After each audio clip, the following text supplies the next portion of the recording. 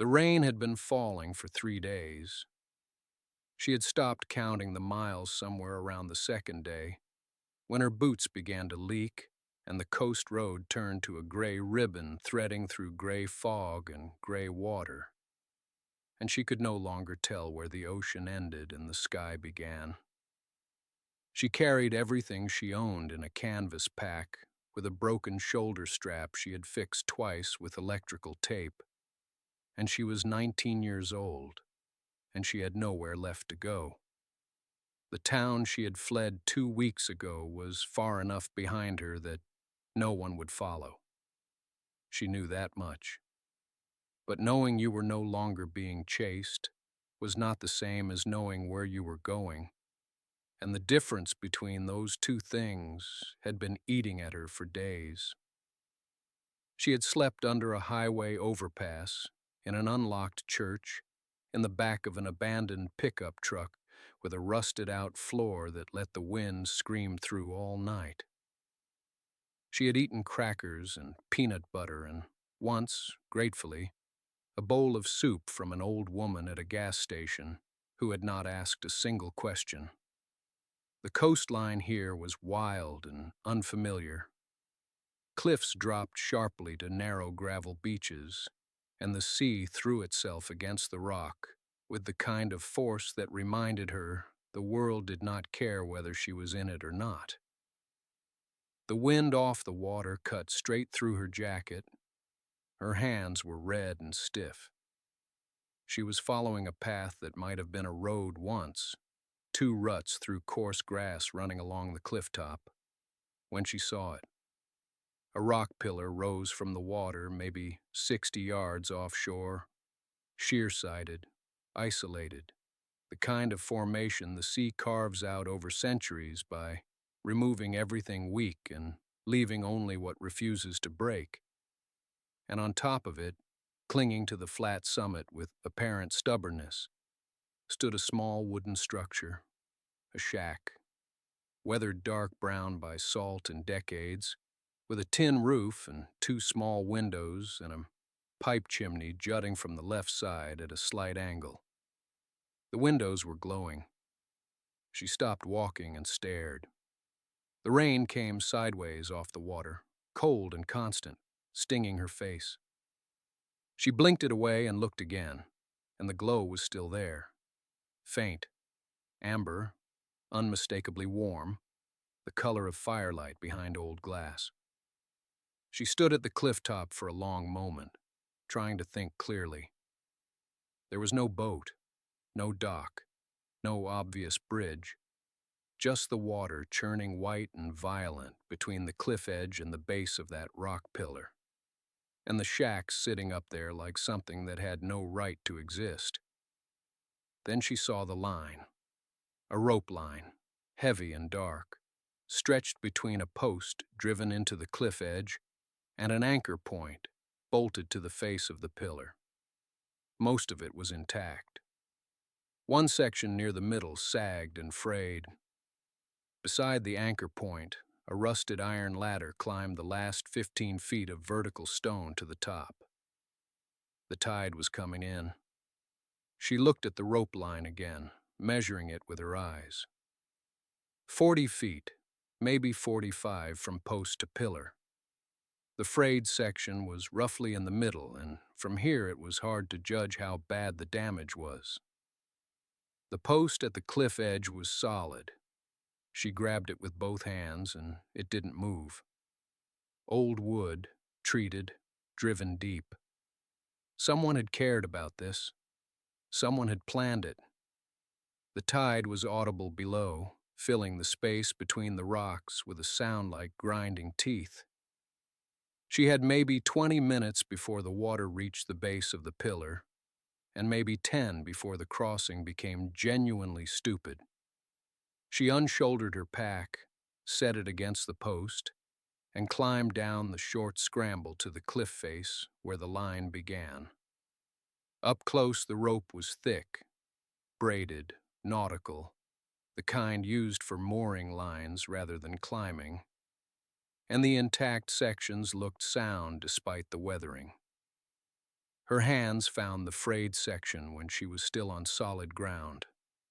6 inches of compromised strands, maybe 8. Not severed, not unraveling, just worn thin enough to worry about. She thought about it for 3 seconds and made her decision. She looped her pack onto her back and tightened the straps until it sat high and firm against her shoulders. If she went into the water, she'd lose it anyway, so there was no point in leaving it behind.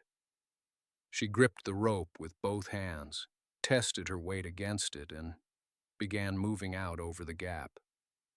The water was maybe 30 feet below her, close enough to feel its cold breath rising. She moved hand over hand, feet braced against the rope beneath her, body angled like a sloth crossing a branch. The frayed section came faster than she expected. She paused before reaching it, checked her grip, shifted her weight to minimize the load on that single point, and pulled through it in one smooth, controlled motion without stopping. The rope held. She exhaled into the wind. The pillar surface was slick with spray, but rough with barnacles and mineral crust that gave her boots traction. She reached the iron ladder and tested the first rung. Corroded but solid, bolted through the rock itself rather than surface-mounted. She climbed. Each rung was work. Salt had seized the iron into a kind of permanence, ironically making it more trustworthy than something newer might have been. At the top, she pulled herself over the lip of the rock and lay flat for a moment, breathing. The shack was 10 feet away. Up close, it was larger than it had looked from the cliff. Not large, but larger, maybe 14 feet by 10. The boards were dark with age and oil and weather, fitted tightly with real care. The tin roof had been patched at least twice in different places with slightly different metal. The chimney pipe was wrapped at its base with wire to keep it anchored against the wind. Whoever built this had not built it quickly. They had built it to last. She stood up, walked to the door, and knocked. Nobody answered. She waited, rain hammering her shoulders, and knocked again. 3 solid raps with the heel of her fist. The sound barely carried over the wind. She pressed her ear close to the door and listened. Nothing moved inside. No footsteps, no scrape of a chair, no voice. She tried the latch. It lifted. The door opened inward and she stepped through, pulling it shut behind her. The difference was immediate and almost shocking. The wind became a sound rather than a force. The rain became a drumming overhead rather than a thing striking her body. She stood still for a moment and just breathed the air inside. Wood smoke, dried salt, something faintly like cedar and oil. The stove was burning. It was a small cast-iron box stove in the right-hand corner. Its damper set low to hold a long burn, the kind of adjustment someone makes when they expect to be gone for a while. The metal was radiating gentle, steady heat. She held her hands toward it without thinking, instinct overriding everything else. The warmth reached her palms, and she felt the cold in her fingers begin to release its grip. She made herself look at the rest of the space. It was a single room. The walls had been insulated with something. She could see the interior paneling was double-layered, planks over boards, with what looked like newspaper and tar paper pressed between them. The floor was planked, fitted carefully, with a strip of old rubber matting running down the center. There was a narrow bunk along the left wall, built in, with a rolled wool blanket at one end and a folded canvas at the other. A small wooden table occupied the center with a single stool tucked under it.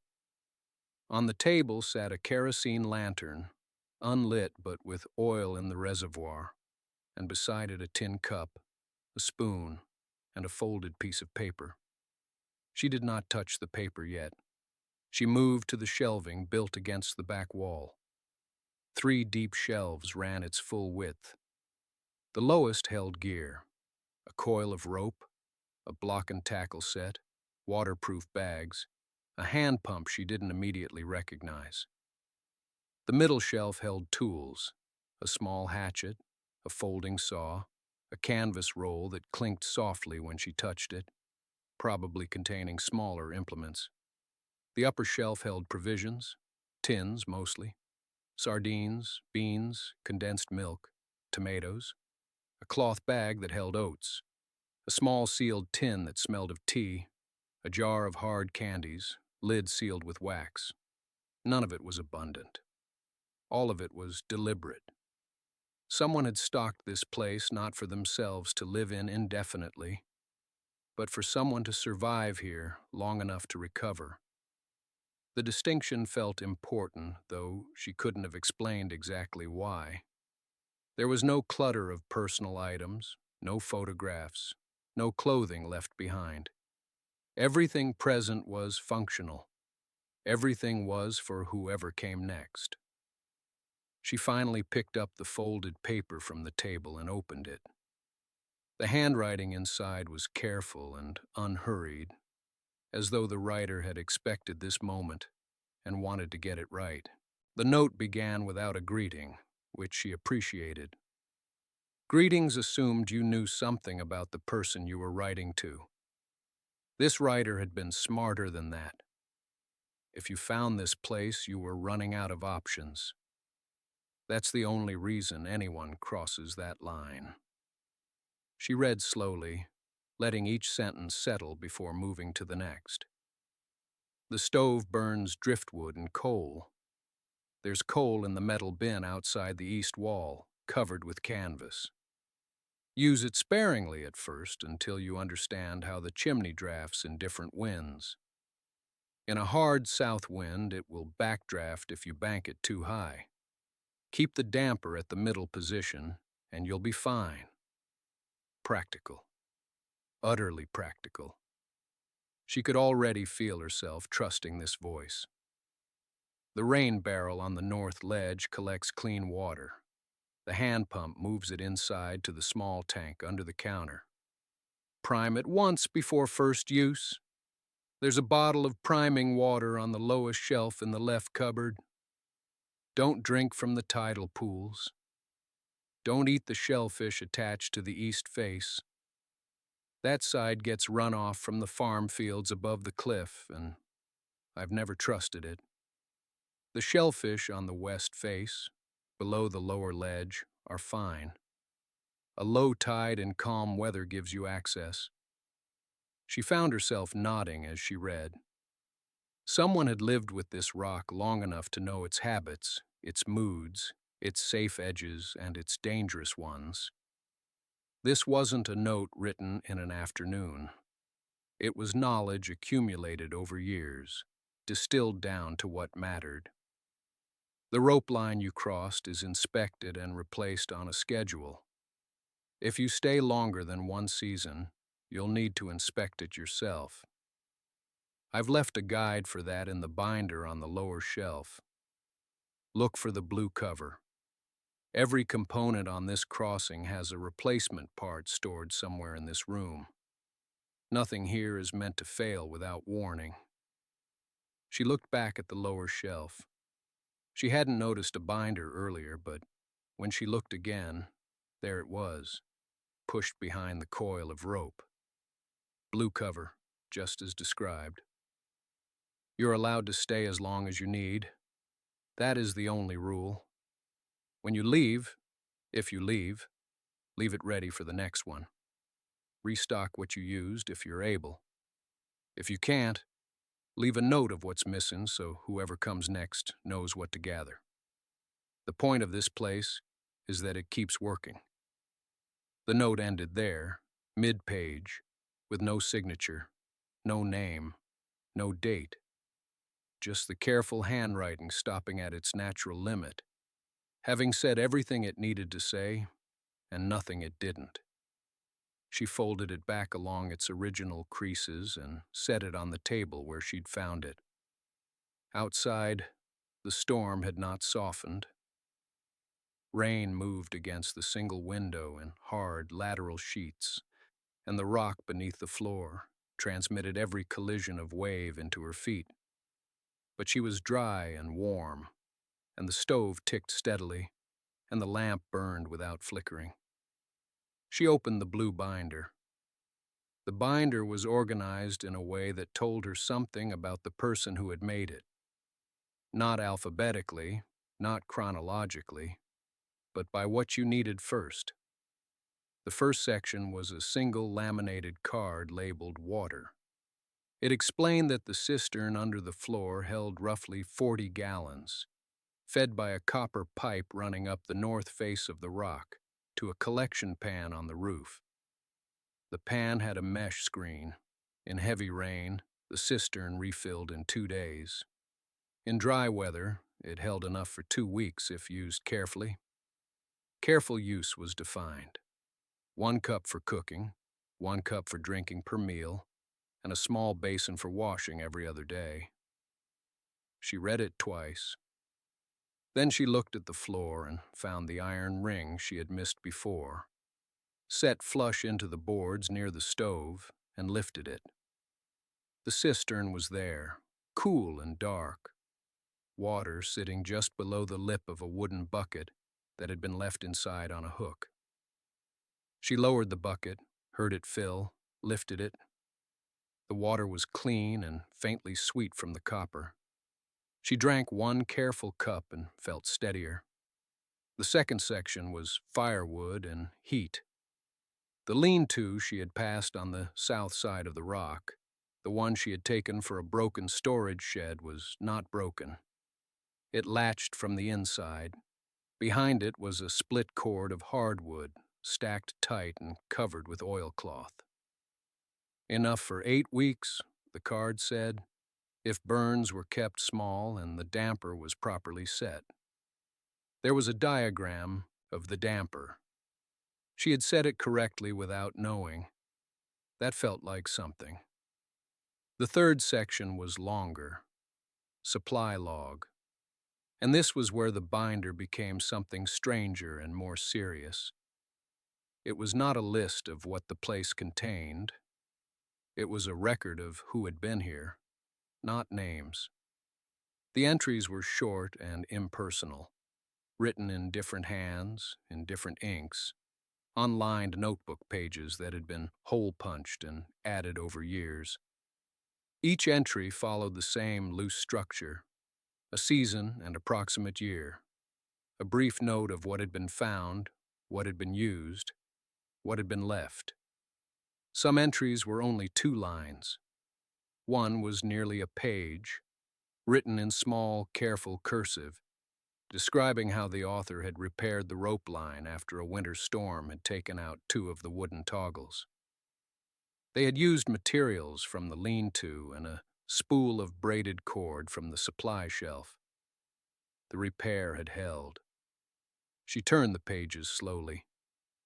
The earliest entry she could find was dated autumn of 1971.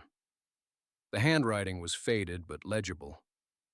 Found this place by accident, thought it was abandoned. Stayed 4 nights, fixed the stove flashing.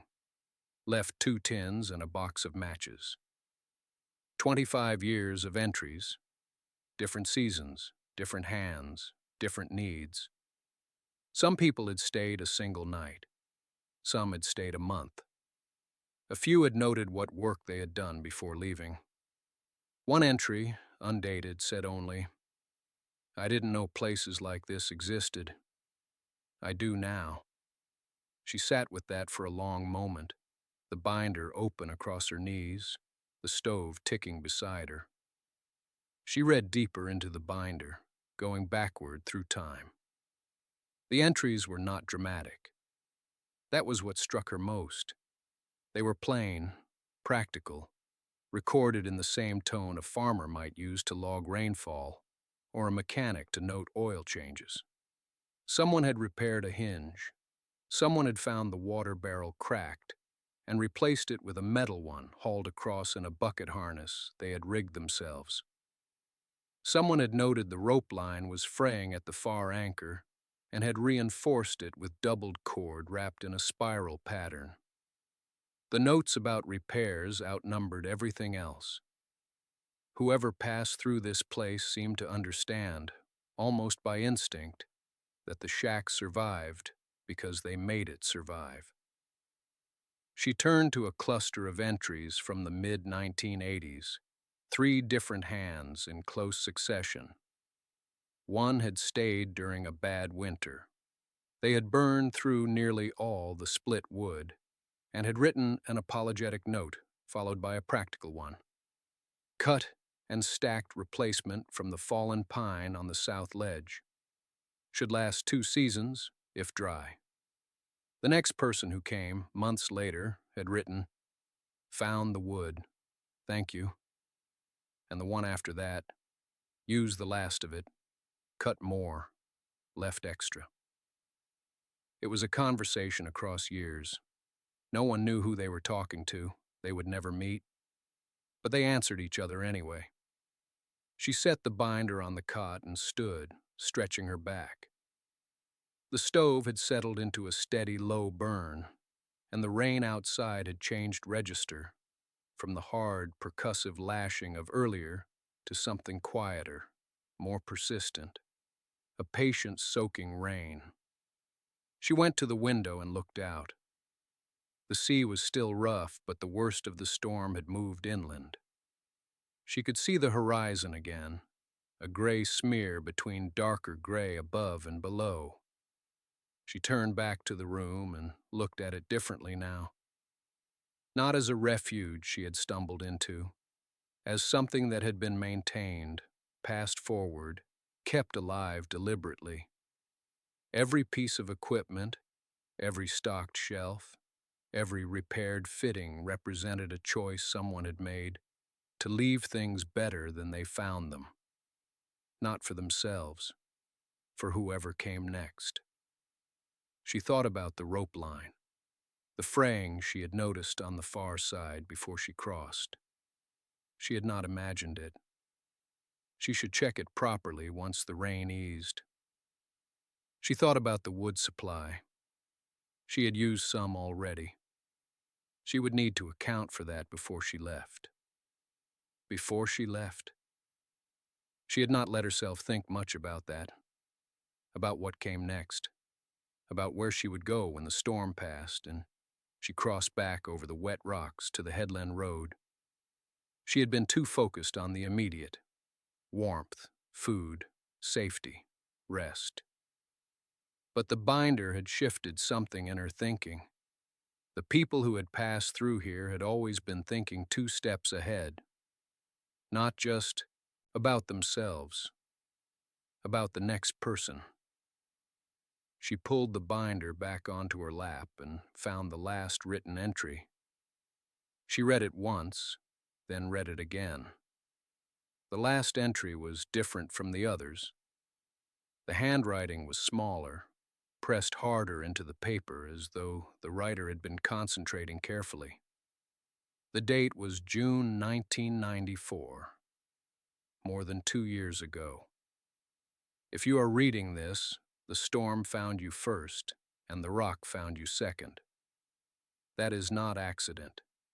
That is the place doing what it was always meant to do. We are getting old now, the 2 of us who have kept this going the longest. We do not know how many more seasons we have for the crossing. The knees go, the hands go, the tide does not care. What we need, and what we have never been able to arrange, is someone younger. Someone who arrives with nothing and leaves with something worth carrying. Someone who might decide, on their own, without being asked, that a thing worth keeping is worth keeping by them. We cannot ask. That is not how this works. We can only leave it ready. She set the binder down on her knee and looked at the wall. The lantern made the grain of the wood shift and breathe. Outside, the rain was still working against the shutters, but lower now, less furious.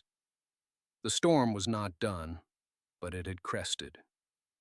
She read the entry a third time. They had not been looking for someone specific. They had been looking for whoever the place chose, whoever needed it enough to cross, whoever stayed long enough to read this far. She thought about that carefully, the way she had learned to think about things that mattered. Slowly, without rushing toward a conclusion just because the conclusion felt good. It would be easy to read this entry and decide it was meant for her. That would be the comfortable reading. The dangerous reading, the one that led to mistakes, was to want something so much that you saw permission everywhere. But she made herself look at the facts without the wanting attached to them. The rope line needed work. That was real. The wood supply needed replenishing. That was real. Someone needed to know where this place was and what it required and how to cross to it safely and how to cross back. Someone with time. Someone without a fixed destination pulling them elsewhere. Someone who understood what it meant to arrive with nothing and to build something from what was already there. She looked at her hands in the lantern light. Rope burns from the crossing, still visible across her palms. She had crossed once, in rain, in the dark, on a line she hadn't checked. She had not fallen. She thought about the old couple growing too old for the crossing. She thought about June 1994 and how long this binder had been waiting since that entry. More than 2 years? She turned to the last blank page. There was a pencil tucked into the binder's spine. She had not noticed it until now. It was worn down to a stub, the eraser gone, but the tip was still sharp. She held it in her burned hand and thought about what she would write. She wrote the date first. October 14th, 1996. She wrote it in the top corner of the page the way the entries before hers had been written, and the small act of following that convention felt like a decision about something larger than the date itself. Then she stopped and thought. She was not someone who wrote easily. School had come and gone in pieces, different classrooms in different towns, teachers who didn't know her name by the time she left. She had never kept a journal. She had never had anywhere safe enough to keep one. But she understood what this binder was for. It wasn't a diary. It wasn't a confession. It was a record meant to be read by someone who came after, and so she wrote the way she would want someone to have written for her. Crossing is possible, but the rope line is weak in 2 places. At the ring bolt near the cliff base and at the midpoint splice. Needs replacing before another winter. The wood box is low. There is dry wood stacked under the east side of the outcrop at low tide, enough for several days if carried up carefully. The stove draws well. The water barrel is 3/4 full. There are provisions enough for several more days. She paused. She looked around the room in the lantern light, taking stock the way she had learned to take stock of everything, because everything might matter. The lantern oil level is adequate. There is a second wick in the tin box on the shelf. The roof held through last night's storm with no visible leaks. The shutter latch on the seaward window is loose and should be repaired before high wind returns. She stopped again. The pencil felt strange in her burned hand, but she kept her grip. I came across in the storm on the night of October 13th. I had nowhere else to go. Everything here worked exactly as it was meant to. Whoever built this and whoever kept it I don't know your names, but I understand what you were doing. I would like to help keep it going if there is a way to do that." She looked at what she had written. It was plain and short and practical, which felt right. Then she added one more line beneath it, and it cost her something to write it, the way honest things sometimes do. "I have been moving for a long time, and I am not sure yet what I am moving toward, but this place made me think that might be something worth figuring out." She did not sign it with a name. The others hadn't. She tucked the pencil back into the spine of the binder. She closed it carefully and set it back in its place on the shelf beside the others. Then she adjusted the lantern wick down to save the oil, pulled the blanket up over her shoulders, and listened to the sea working against the rock below her, slow and enormous and indifferent to everything except its own long rhythm. She slept without dreaming, which was rare for her. Usually sleep was something she moved through cautiously, half listening, ready to come back up quickly. But the rock held the shack steady in a way that land sometimes didn't, and the sound of the sea below became something like a pulse, and she went down into sleep the way you go down into deep water, completely, without resistance. When she woke, it was still dark, but the quality of the dark had changed. It was the kind of dark that comes just before the horizon decides what to do. The storm had finished. She could tell by the silence where the wind had been.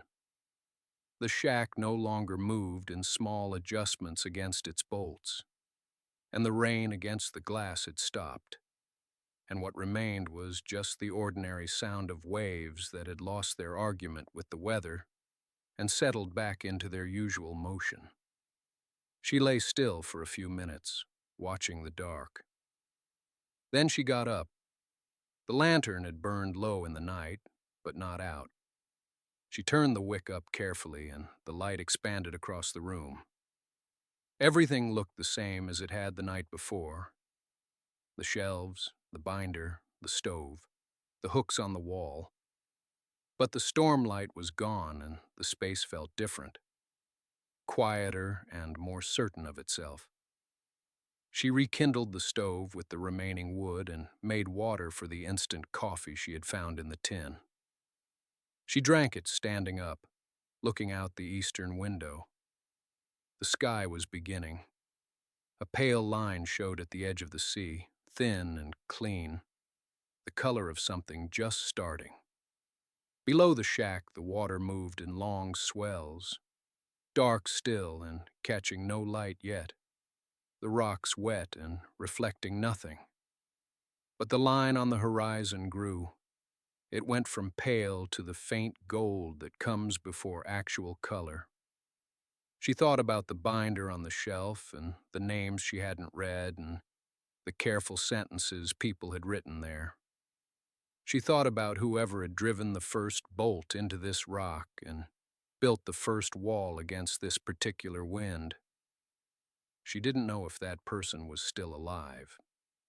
She didn't know if they ever came back here, or if someone else maintained it now, or if the whole thing ran on its own momentum, the way certain things do once they are built well enough.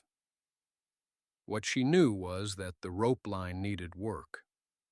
One of the supports on the near side had rusted through at the bracket, which was why the whole line sagged toward the water. It wasn't dangerous if you knew where the weight was, but it would be dangerous eventually. She had noticed it when she crossed in the rain and dark, had filed it away without knowing why. She knew now why. She set down the empty cup and looked around the room for tools, and found them in the cabinet below the shelf, exactly where someone careful would have put them. The tools were good ones, not new, but kept. A crescent wrench, a wire brush, a small punch, a hammer, and 3 replacement brackets still in their paper sleeves.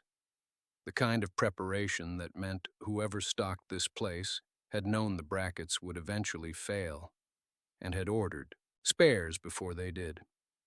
She took what she needed and went back outside into the pale early light. The wind had dropped overnight. The sea moved in long, slow swells, dark green and heavy, nothing like the frantic chop of the night before. She could hear gulls somewhere below the cliff. She worked her way to the near anchor point and crouched down to look at the damage. The old bracket had corroded at one leg, exactly where water would pool in the joint. She worked the rusted bolt free with the wrench, cleaned the surface with the wire brush until bare metal showed, and fitted the new bracket. Her hands were cold, and the work was slower for it, but she was patient. She had nothing else she needed to be doing. When the bracket was seated and the line retentioned, she stood and pulled the rope in both directions. It held. The sag was gone. The line ran straight now to the far anchor on the rock pillar, crossing cleanly above the reach of even a rough tide. She coiled the old bracket and the worn bolt in her jacket pocket to dispose of properly, and stood there a moment, looking at the shack. In the full light of morning, it looked smaller than it had in the dark, and also more deliberate. Every angle of the roof was calculated to shed water away from the walls. The window glass was thick, set deep in the frame.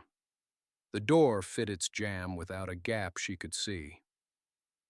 Someone had thought about wind from every direction and built accordingly. That kind of care was its own kind of language, and she had spent enough time in places that lacked it to understand what it said. She went back inside and added a piece of wood to the stove and sat down with the binder. She read the names and the short, careful sentences all the way through to the end of what had been written. And then she turned to the first blank page. There was a pencil in the spine of the binder. She wrote the date. She wrote that she had crossed in a storm and found the door unlocked and the stove laid and ready, that she had eaten and slept and been warm, that in the morning she had replaced the near bracket on the rope line with one of the spares from the cabinet below the shelf. She wrote that she was grateful. She wrote that she would come back when she could, and that she would bring a bracket for the far anchor, which was not yet failed, but would be. She closed the binder and set it on the shelf. Outside, the sun was on the water. She picked up her bag, pulled the door shut behind her, and started across.